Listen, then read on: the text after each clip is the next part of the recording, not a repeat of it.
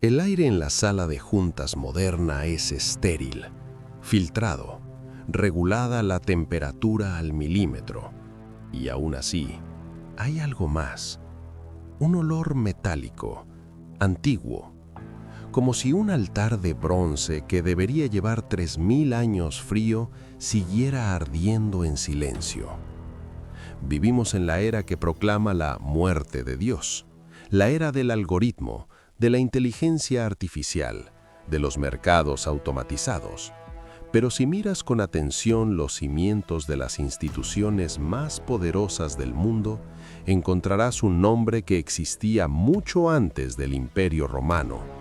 Un nombre que el Corán no presenta como mito folclórico, sino como advertencia, como sistema, como estructura de esclavitud espiritual en funcionamiento. La tragedia de la mente moderna es su arrogancia. Creemos haber superado las supersticiones de la Edad de Bronce. Nos burlamos de los altares, de los sacrificios, de los dioses de la tormenta. Y sin embargo, al mismo tiempo, presenciamos la consolidación de una élite global que parece operar bajo un calendario casi litúrgico de crisis, sacrificio económico, deuda perpetua y reinicios estratégicos. Cambian las herramientas, el patrón permanece. En la Surá As-Safat, el Corán presenta al profeta Elías no solo como predicador espiritual, sino como confrontador de sistemas.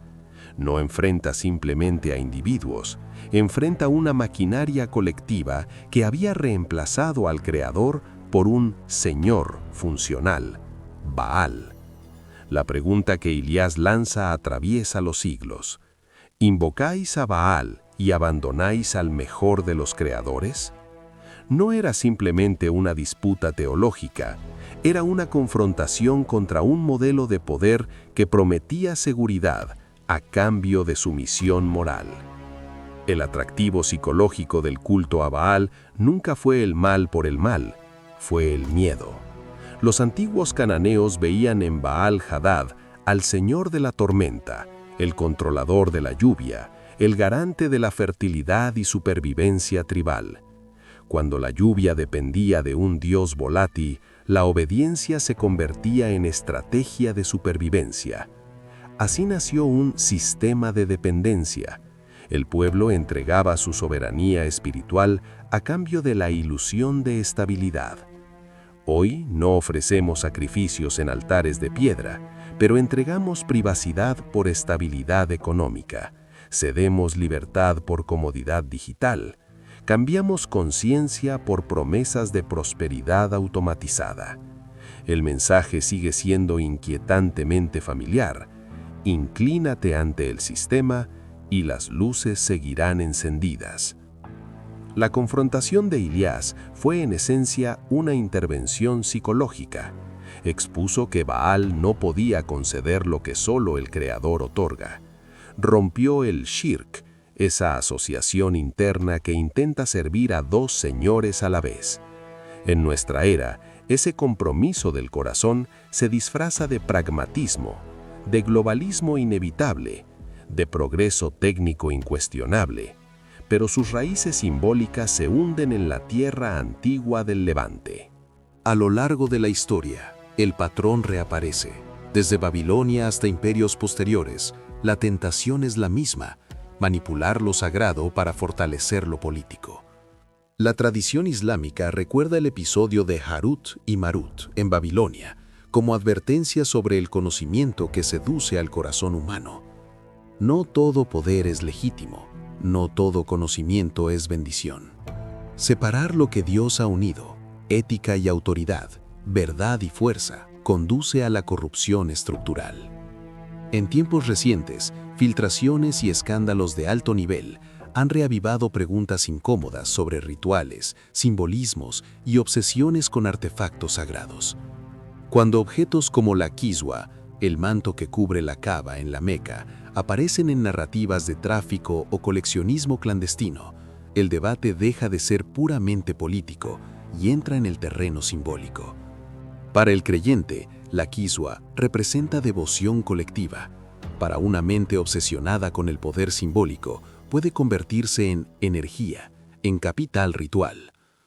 Aquí es donde el análisis debe ser cuidadoso. No se trata de afirmar conspiraciones simplistas, sino de observar un fenómeno histórico.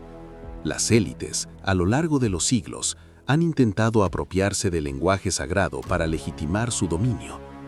Desde tratados medievales como el Ars Goetia, que codificaban nombres y jerarquías espirituales, hasta reinterpretaciones modernas de conceptos como Baal Shem, el impulso es constante, capturar el símbolo para gobernar la psicología.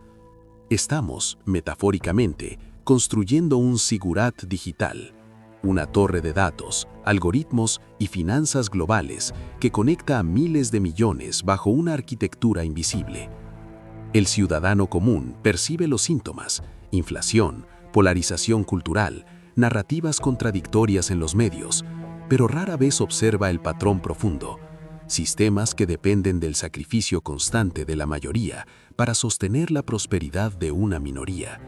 La condena coránica contra Baal no es un detalle arqueológico, es una advertencia atemporal contra cualquier estructura que sustituya la dependencia del creador por una dependencia de un sistema cerrado. Ningún orden basado en explotación, idolatría del poder y manipulación simbólica puede sostenerse indefinidamente frente a la verdad. La encrucijada es interior antes que política. Somos el pueblo de Ilias, dispuesto a cuestionar la narrativa dominante aun cuando promete comodidad. O somos los adoradores modernos que se han acostumbrado tanto a la lluvia del sistema que olvidaron quién envía realmente la tormenta. El precio de esta reflexión es una claridad incómoda.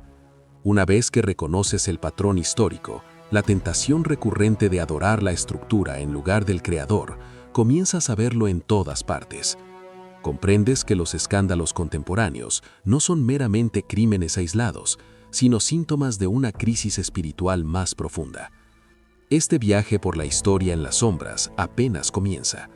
Las fuerzas del poder invierten enormes recursos para que las masas nunca conecten símbolos con estructuras, pasado con presente. Pero la conciencia es contagiosa. Si has sentido el peso de estas preguntas, si percibes que la batalla central de nuestra era no es solo económica o política, sino espiritual y moral, entonces ya no eres un espectador pasivo, eres un testigo. Estamos documentando cómo las antiguas advertencias proféticas dialogan con los datos contemporáneos, cómo los símbolos resurgen en nuevas formas, cómo el lenguaje del poder se disfraza, pero no desaparece. Para mantener tu mente despierta frente al sistema del amo, necesitas vigilancia intelectual y espiritual. Suscríbete al canal. Únete a esta comunidad que cuestiona narrativas fáciles y busca comprensión profunda. Sigamos retirando la lámina dorada de los ídolos modernos hasta que solo quede la verdad. La era de la mano oculta puede estar llegando a su fin. Es hora de ver quién sostiene realmente la pluma.